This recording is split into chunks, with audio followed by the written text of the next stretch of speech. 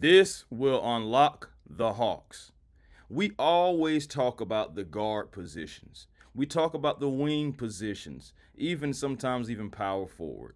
But guys, today I want to talk about the center position, and on passing on centers in the 2026 NBA draft, the Atlanta Hawks feel like they are moving away from the traditional big to more so a versatile modern day center. So, welcome to Hawks Digest. I am Chris Tipmore, and today I want to talk about the big man and the importance of the big man coming this upcoming season. Again, in the first round, we did not take a center, but what we did do was offer a contract and also offer confidence in Double O and Jock Landale.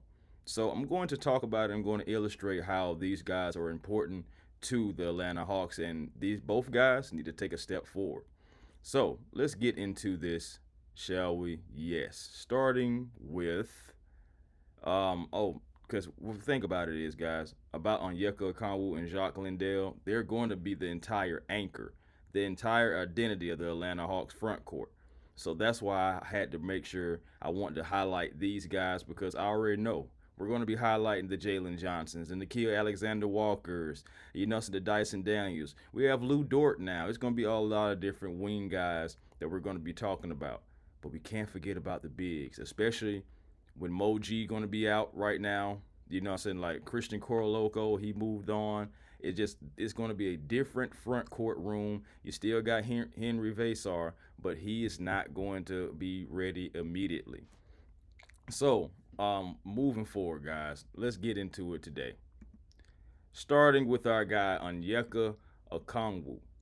Now, Onyeka Okongwu, I believe he was probably the biggest and most pleasant surprise last year. Now, he didn't win Most Improved or anything like that, but there are things that Onyeka Okongwu started doing to help solidify his position full time as the starter. Of course, taking over for Clint Capella full time. And think about it, man. Onyeka Okongwu has really transitioned and really saved his whole entire career because he was one of those traditional bigs.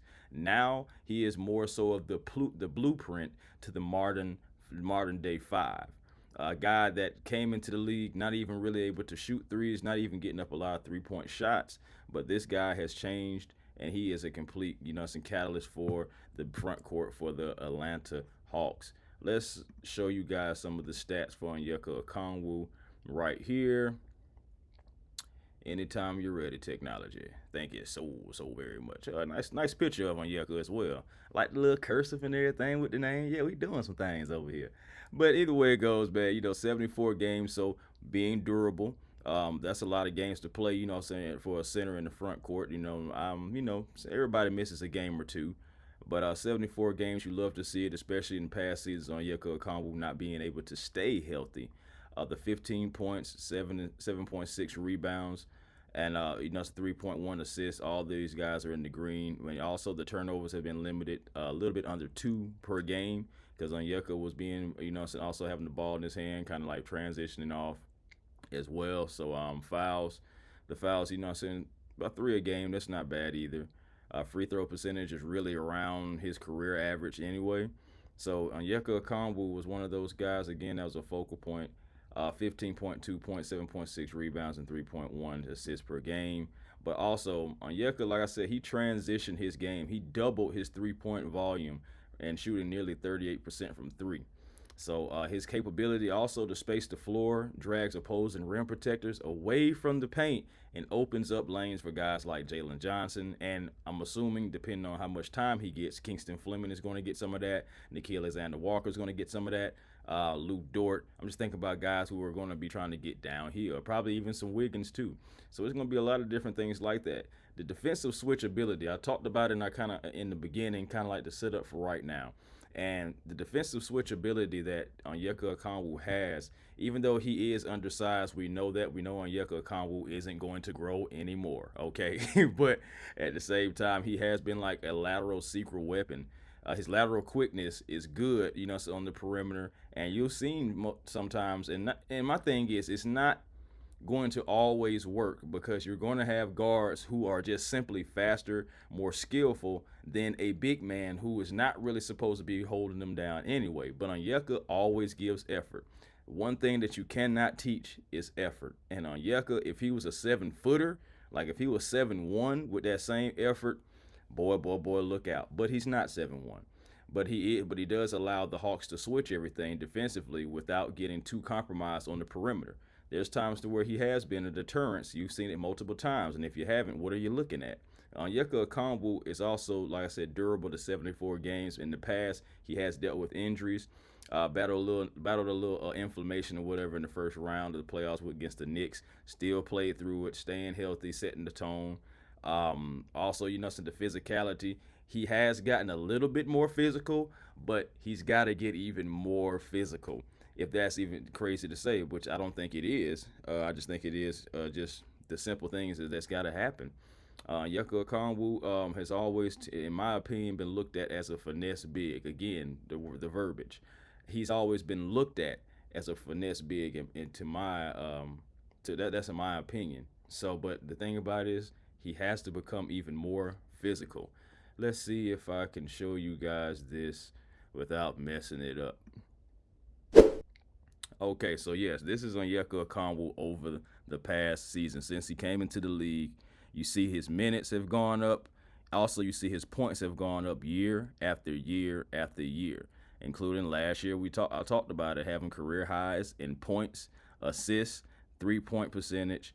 Like Onyeka Okongwu, also his attempts has gone up as well. The true shooting, 59%, which is actually down from the previous 2 years, previous 3 years. But think about it. You're going to be more efficient anyway if all you're doing is shooting in the inside, shooting around the basket, and not even necessarily shooting, kind of like layups and, little hook shots and stuff like that around the rim. 2025, 2026, Onyeka Okongwu played his third most games, since 74 compared to 76 the year before, and compared to 81 in 22-23. But regardless, Onyeka Okongwu, when you just look at his stats all last year compared to the year prior to those, like outside of the rebounds, everything is really pretty much going up. So that's where I want to show you guys, because I want to talk about one thing that I feel like Double O needs to work on. And let me bring him back up. And Double O, to me, man, he needs to work on the offensive rebounding. That's one thing that I feel like will unlock the Atlanta Hawks even more if Onyeka Okongwu can unlock the rebounding. Offensively, on the offensive rebound, he is, per cleaning the glass, he is a minus 2.8 on offensive rebounds, and that ranks him 16th overall amongst bigs. Now, 16 is not bad when you look at the whole totality of the center position, and when you look at the whole thing about 16, there's more than 16 centers in the league, and there's more than 16 capable centers in the league. So for him to fall there, okay, cool. But just imagine if Onyeka can get into the top 10, if those points can be 15, 16 points per game, 10, 11 rebounds per game, with at least, let's say, 4 or 5 of them being offensive rebounds. The more offensive rebounds you get, what happens? More possessions and partial shot clock reset. And you'll be able to still attack the defense. So Onyeka Okongwu, I spent the most time with him right now because he is going to be the starting center. Jock Landale is not going to be the starting center. And speaking of good old Jock, let's talk about Jock. Jock Landale, man, I swear, this guy, if we could have had him in the playoffs, things possibly might have been different for the Atlanta Hawks. But Jock Landale, again, like I said before, signed that 1-year, $14 million contract. A lot of people were looking like, what in the world? But when you think about it, looking at the landscape of the center position and the fact that he is one of those guys that's an elite insurance policy for the most part, versatile guy, another guy that can drag bigs away from the paint and able to shoot the ball.